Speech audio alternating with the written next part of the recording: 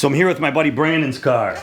It's 2006 Acura RSX Type S, but we don't call it that. It's a Honda Integra, of course,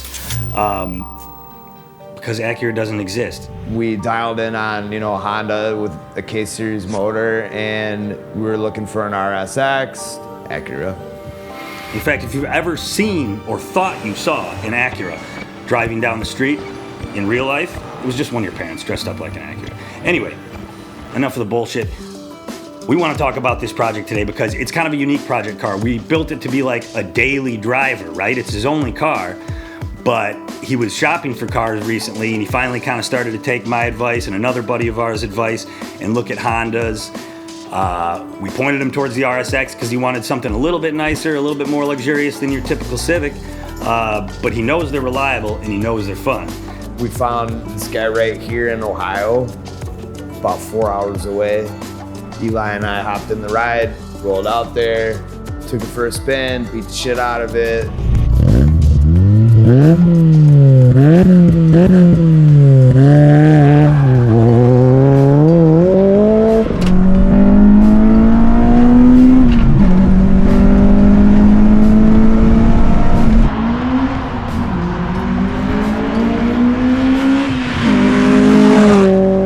For any red flags, didn't really see any immediately, and the price was right.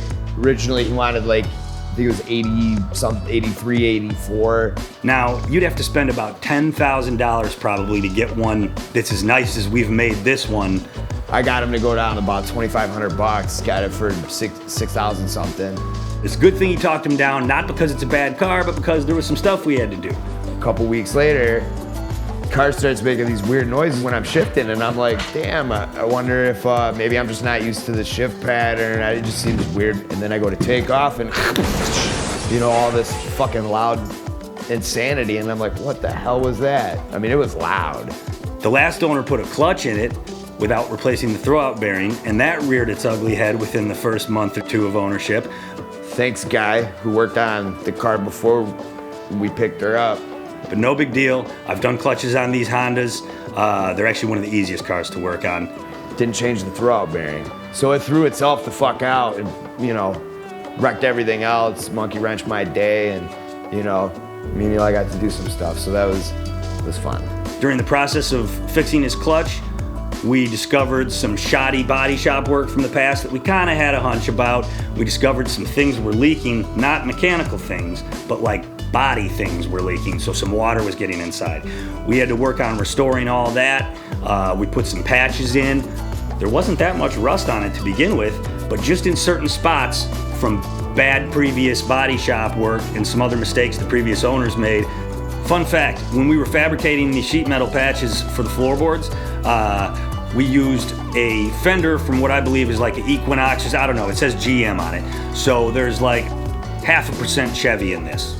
Overall, this K-Series has been a beast ever since he got it. We had to do some accessories like I think we had to do the IAC and we had to do the VTEC solenoid, rebuild the alternator. But the engine itself, it consumes oil like a lot of the higher mileage ones do, so we have him trying to stay on top of that, checking the oil, keeping it topped off. But really, oil consumption on these isn't a whole lot to worry about as long as the engine has good compression, and your head gasket's not blown. So I guess it really matters why the oil's being consumed.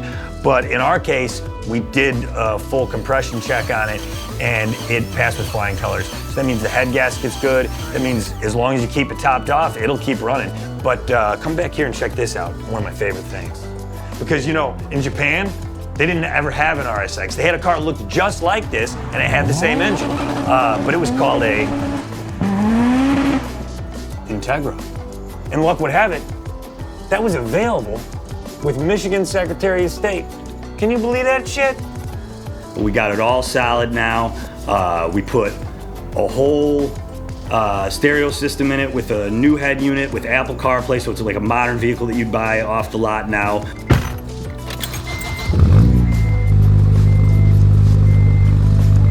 Check it out.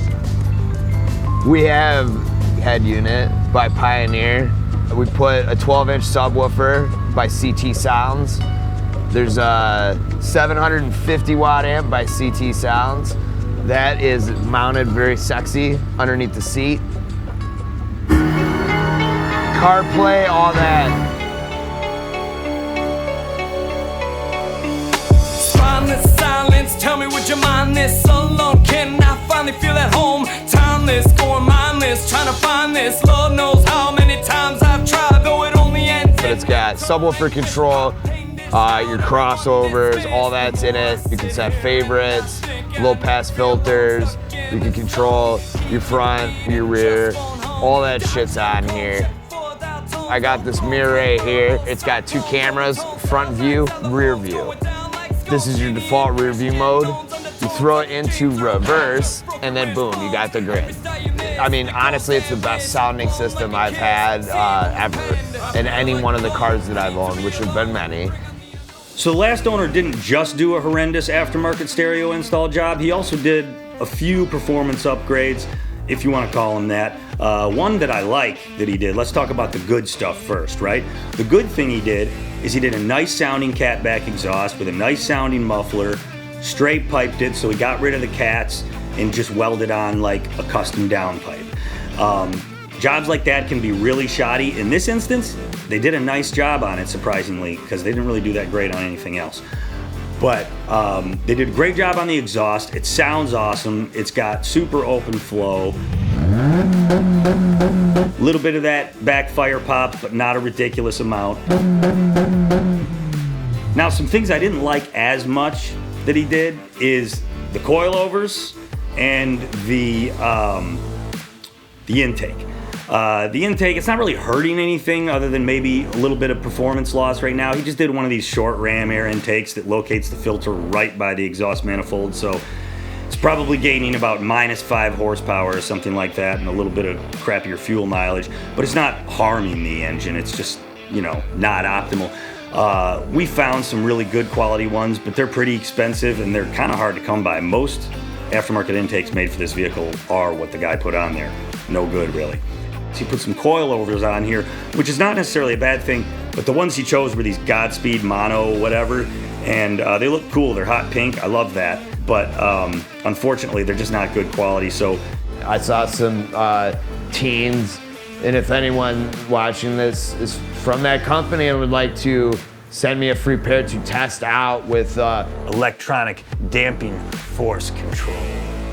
EDFC. If you don't know about that, look it up. It's pretty amazing. Turns your car into like a supercar from the late 90s for, I don't know, $1,500, $1,600 worth of parts. By teen, I think their logo is green. I'm wearing green, so you talk to us and you put some shit in the car. It does look like he added some SPC racing or equivalent upper control arms in the rear to make camber adjustable, which I do appreciate. Look at that piece of shit intake. That's the one thing we haven't really solved yet, but that's because we're gonna solve it with forced induction. Turbo. Or supercharger. I'm probably thinking turbo though, because a lot of the superchargers that we looked at, unless you're trying to spend a couple thousand more than I think makes sense, you're getting rid of shit. Like, why? You know, these people are tearing out their air conditioning system. We're gonna put a turbo on there, and so we're not gonna spend a whole bunch of money on a really nice, naturally aspirated intake. Basically, doing that, adding a turbo or a supercharger to this engine will solve the problem, because that will redo the whole intake during the course of that. We'll have to get an exhaust manifold, obviously, for the turbo and a downpipe, but they already got rid of the cats. They did a beautiful job welding it. Despite everything else they fucked up on this car, they did a beautiful job welding the race pipe on there, so the exhaust sounds incredible, and it breathes like a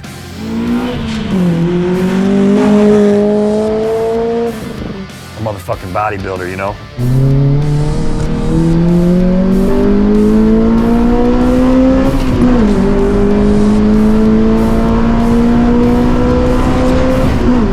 A lot of work, but not too much money, really. Relatively speaking, you can get a lot of these things solved pretty cheaply as long as you're willing to put the work in. If you're not willing to put the work in, shoot me a message. I'll do the work.